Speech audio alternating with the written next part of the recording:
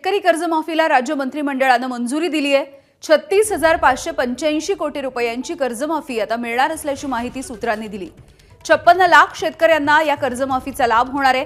65 लाखांहून अधिक कर्ज खात्यांवरचं कर्ज आता माफ केलं जाणार आहे। कर्जमाफीला मंजुरी तर मिळालेली आहे, पण सध्या आचारसंहिता सुरू आहे, त्यामुळे याची घोषणा करण्यात आलेली नाही। शेतकरी कर्जमाफीचा विषय कॅबिनेटला आहे, मंत्रिमंडळ त्याच्यावर निर्णय घेईल। पण आम्हाला इलेक्शन कमिशननी अट टाकली आहे, जेव्हा आम्ही त्यांना परवानगी मागितली तर त्यांनी अट टाकली आहे की तुम्ही विषय मंजूर करून पुढची कारवाई करा, पण त्याची घोषणा तुम्हाला करता येणार नाही। त्यामुळे आम्ही आज अधिकृत घोषणा इलेक्शन कमिशनमुळे करू शकत नाही। आज आम्ही निर्णय घेऊ, निर्णयाप्रमाणे कारवाई सुरू करू, इलेक्शन संपल्यानंतर त्याची घोषणा करू। सर, याचा अर्थ शेतकरी कर्जमाफी अंतिम टप्प्यात आहे, केवळ घोषणाबाजी असं म्हणताय? घोषणा ही तर मला असं वाटतं औपचारिकता आहे। आज आम्ही निर्णयच करतोय, त्याचा निर्णय आम्ही आज करतोय, पण काय निर्णय घेतो आहोत याची घोषणा आम्हाला करता येणार नाही।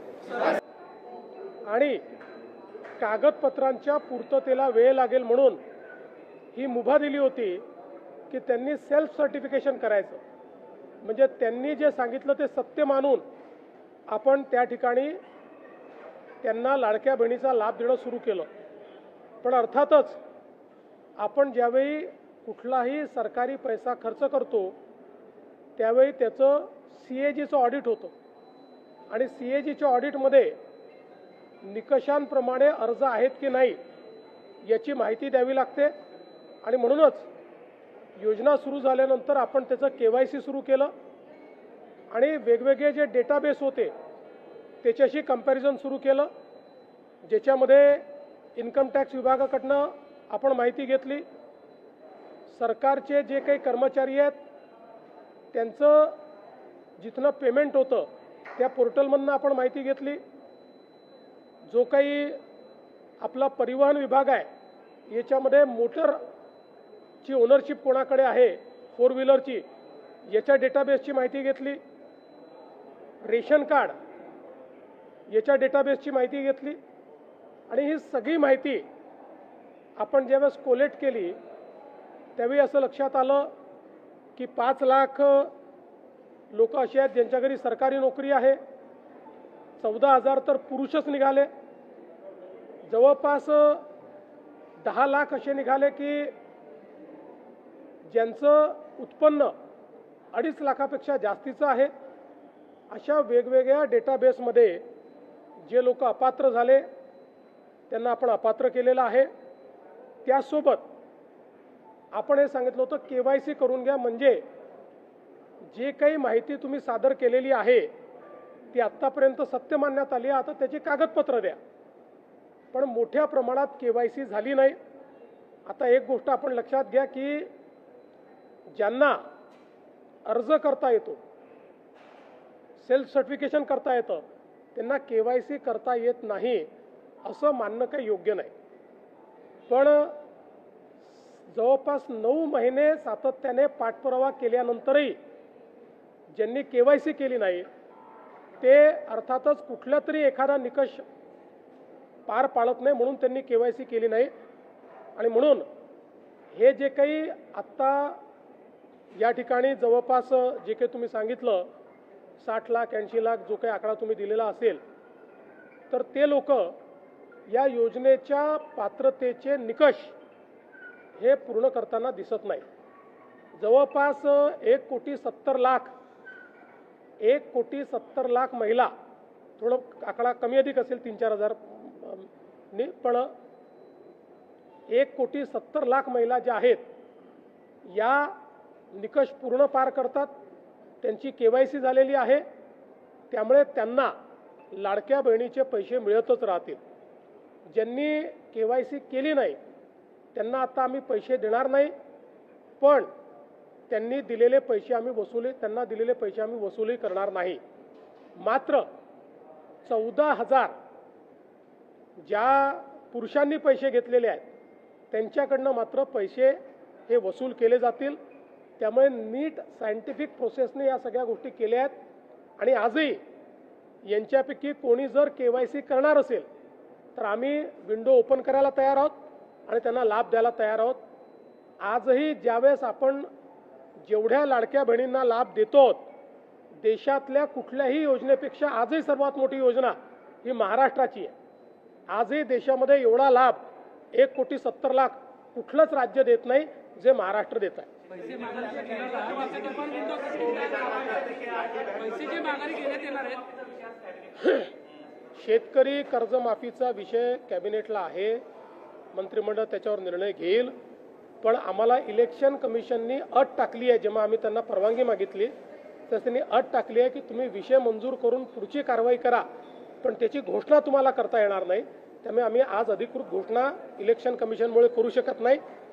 आज आम्ही निर्णय घेऊ, निर्णयाप्रमाणे कारवाई सुरू करू, इलेक्शन संपल्यानंतर त्याची घोषणा करू. सर, याचा अर्थ शेतकरी कर्जमाफी अंतिम टप्प्यात आहे, केवळ घोषणाबाजी असं म्हणता येईल? घोषणा ही तर मला असं वाटतं औपचारिकता आहे. आज आम्ही निर्णयच करतोय त्याचा निर्णय आम्ही आज करतोय, पण काय निर्णय घेतो आहोत याची घोषणा आम्हाला करता येणार नाही. हा? ते या संदर्भात डीजी साहेब लक्ष घालतील आणि जे काही त्या बोलल्या आहेत, मला माहित नाही ते काय बोलले आहेत, मी ऐकली नाही आहे, पण डीजी साहेब त्यात लक्ष घालतील.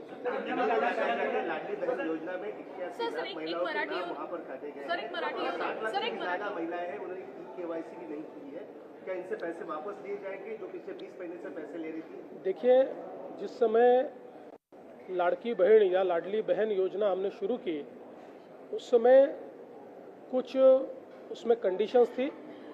चूंकि वो कंडीशन पूरा करने के लिए लोगों के पास कागज पत्र जमा करने को समय नहीं था, इसलिए हमने अलाउ किया था कि जो बहनें सेल्फ सर्टिफिकेशन करके कहेगी कि हम इन कंडीशन को पूरा करते हैं उनको ये पैसा मिलेगा. उसके बाद वो पैसा देना हमने शुरू किया. पर आप जानते हैं कि जो सरकार का पैसा होता है उसमें CAG का ऑडिट होता है और कोई भी CAG का ऑडिट जो होता है उसमें से लाभार्थी कंडीशंस पूरे करते हैं कि नहीं इसका वेरिफिकेशन आपको करके CAG को देना पड़ता है. इसलिए उसके बाद हमने वेरिफिकेशन शुरू किया. इस वेरिफिकेशन में कई प्रकार की एनोमलीज ध्यान में आई.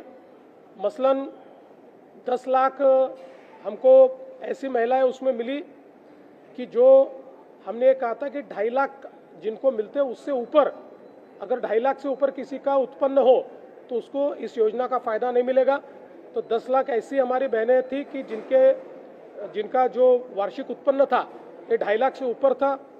5 लाख ऐसी बहनें थी कि जिनके घर में सरकारी नौकरी थी. 14,000 तो पुरुषों ने ही उसमें अप्लाई किया था. हमने इनकम टैक्स का डेटा लिया, हमने परिवहन का डेटा लिया. इन सारे डेटास के साथ या एक घर में 2 बहनों को देना चाहिए था, तो हमने जो हमारा रेशन कार्ड का डेटा है उस डेटा को भी इस डेटा बेस के साथ रन किया. इसमें जो जो लोग वायलेट कर रहे थे, जो जो लोग कंडीशंस पूरी नहीं कर रहे थे, उनको हमने अब रोक दिया है. साथ साथ हमने KYC करने को कहा था. 9 महीने तक लगातार हम लोगों ने नोटिसेस भेजी, लगातार कहा, एक्सटेंशन दिया, फिर भी जिन्होंने KYC नहीं किया इसका मतलब यह है कि कोई ना कोई कंडीशंस में वो नहीं बैठते. इसलिए ऐसे लोगों का अभी जो हम लोग उनको पैसा देते तो हमने बंद किया है. उनमें से कोई अगर आगे भी KYC करेगा तो हम उसको पैसा देंगे, लेकिन अब इसको हमने इस पर फ्रीज किया है. और साथ साथ ये भी फैसला किया है इनमें से किसी के भी पैसे वापस हम वसूलेंगे नहीं. केवल जो पुरुषों ने महिलाओं के नाम पर पैसा लिया है वो वसूला जाएगा. और मैं ये भी बताना चाहता हूँ 1,70,00,000 महिलाओं की सारी कंडीशन फुलफिल हो गई है. उनको पैसा मिलते ही रहेगा, योजना कभी बंद नहीं होगी. और आज भी देश में अलग अलग राज्य जो योजनाएं चला रहे उसमें आज भी सबसे बड़ी योजना ये महाराष्ट्र की योजना है और ये चलते रहेगी.